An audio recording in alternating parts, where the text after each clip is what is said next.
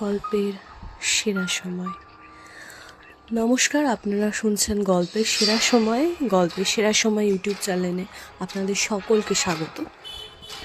আমার আজকের নিবেদন মুখে বরফের কুচি গুড়িয়ে গেল, লেখিকা সুচিতা মিত্র। প্রথমেই বলে রাখি, এই গল্পের স্থান, কাল, চরিত্র সমস্ত কিছুই কাল্পনিক, বাস্তবের সাথে এর কোনো মিল নেই, এবং বাস্তবের সাথে এর কোনো মিল থেকে থাকলে তা সম্পূর্ণ অনিচ্ছাকৃত এবং কাকতালীয়। আশা করি গল্পের সেরা সময়ের সকল শ্রোতারা গল্পটি খোলা মনে গ্রহণ করবেন। শুরু করছি আজকের নিবেদন মুখে বরফের কুচি গুড়িয়ে গেল।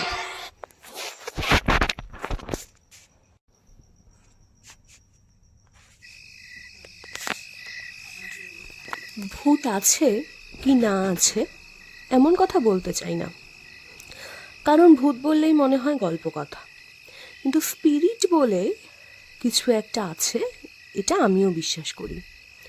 আর এ নিয়ে তো গবেষণা চলছে, কিন্তু সে কথা থাক। আমার জীবনে কয়েকবার যে অদ্ভুত ঘটনা ঘটেছিল, আজ তারই কথা বলবো। বিশ্বাস অবিশ্বাস করা সে আপনাদের মর্জি। বহু বছর আগে, 1945 থেকে 46 সাল হবে, আমি বিএ পড়ি কটিস চার্চ কলেজে। গান গাই, ছাত্র রাজনীতি করি, টিউশনি করি, আড্ডা মারি, এমনই বয়স তখন। সময়টা ছিল শীতকাল।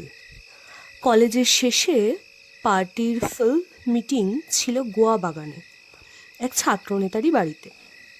সেখান থেকে যখন পথে নামলাম তখন বিকেল 6:30 হবে, কিন্তু শীতের বিকেল তো, তাই অন্ধকার তাড়াতাড়িই নামে। গোয়া বাগানের কাছেই সাহিত্য পরিষদ স্ট্রিট। সেখানে আমার এক সহপাঠিনীকে ইকোনমিক্সের একটা বই এবং কিছু নোটস দিয়ে বাড়ি ফিরব, এমনই বলা ছিল বাড়িতে। এখনকার কথা বলতে পারি না, কিন্তু তখন সাহিত্য পরিষদ স্ট্রিট ছিল খুবই সরু আর নোংরা। যাই হোক, বন্ধুর বাড়িতে কাজ এবং আড্ডা সেরে যখন রাস্তায় বেরোলাম তখন ঘড়িতে প্রায় 8:30। বাড়ি ফিরলে কপালে বকুনি আছে নির্ঘাত, ফলে জোর কদমে হাঁটা শুরু করলাম। ওই সাহিত্য পরিষদ স্ট্রিট ধরেই একে বেঁকে কিছুটা হাঁটলেই কর্নওয়ালি স্ট্রিট, তারপর টুবি বাস ধরে ভবানীপুরের বাড়িতে। তখনও কলকাতা শহরে কিছু কিছু রাস্তায় গ্যাসের আলো জ্বলত। সন্ধ্যের একটু আগেই কাঁধে মই নিয়ে লোক এসে গ্যাস জ্বালাতো, আবার ভোরবেলা ওইভাবেই গ্যাস এসে নিভিয়ে যেত। এ রাস্তায়ও গ্যাসের আলো। একে শীতের রাত্রির, তার ওপর গ্যাসের আলো। পথটা খুব একটা আলোকিত নয়। একটা গ্যাস পোস্ট থেকেই আর একটা দূরত্ব শীতের রাতের ধোঁয়াশা এবং ঘন অন্ধকার জমাট বেঁধেছিল। একটু হয়তো অন্যমনস্কই ছিলাম।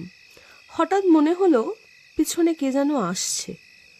তখন চুরি, ছিনতাই এসবের হাঙ্গামা ছিল না, তাই আমার সে ভয় হয়নি। কিন্তু পেছনে কে আসছে এই বোধ হতেই গাটা কেমন ছমছমিয়ে উঠল। আমি ভীতু, এ বদনাম আমার নেই, ছোট থেকেই আমি ডাকাবুকো। কিন্তু সে রাত্রিরে কী যে হলো, ঘাড় ফিরিয়ে পিছনে দেখলাম, তাও পারলাম না। মনে হলো ঘাটটা যেন কেউ স্ক্রু দিয়ে এঁটে দিয়েছে। হাঁটার বেগটা বাড়ালাম। একটা গ্যাস পোস্ট পেরিয়ে জমাট অন্ধকারের কবলে। আর ঠিক সেই সময় পিছনে, কি বলবো আমি নিজে আজও জানি না, প্রাণীটি হনহনি আমাকে পেরিয়ে চলে গেল। ওরে বাস, কি ঢেঙা! আপাদমস্তক সাদা, যেন কোনো কাপড়ে মোড়ানো। বোধ করি শীতের জন্যই। আর পাশ দিয়ে যখন গেল, যেন মুঠো মুঠো বরফের কুচি আমার উপর ছড়িয়ে গেল। আমি দাঁড়িয়ে পড়লাম। চোখ দুটো রইল সামনের গ্যাস পোস্টের দিকে। প্রাণীটিকে ওই আলোয় আরও একবার দেখার ইচ্ছে, কিন্তু ওমা, গ্যাসের আলো যাওয়ার আগেই প্রাণীটি কোথায় উবে গেল বলছি এই কারণেই যে তাকে আর আলোয় আমি দেখলাম না। যুক্তি দিয়ে মনকে বোঝালাম হয়তো কোনো বাড়িতে ঢুকে গেছে, নয়তোবা আশেপাশের কোনো গলিতে। জোরে হাঁটা শুরু করলাম, কিন্তু কোথায় কি? আমার বাঁ পাশে একটা ঘাটাল আর ডান পাশে একটা বাড়ির উঁচু টানা দেয়াল। এছাড়া কোন বাড়ির দরজা বা সরু কোনো গলি নেই। তারপর তারপর তারপর বুকের ধকপকানি বেড়ে গেল। কেমন যেন করেই বড় রাস্তায় এসে পড়লাম, তাও মনে পড়ছে না। বলতে পারেন চোখের ভুল, হতে পারে, কে জানে।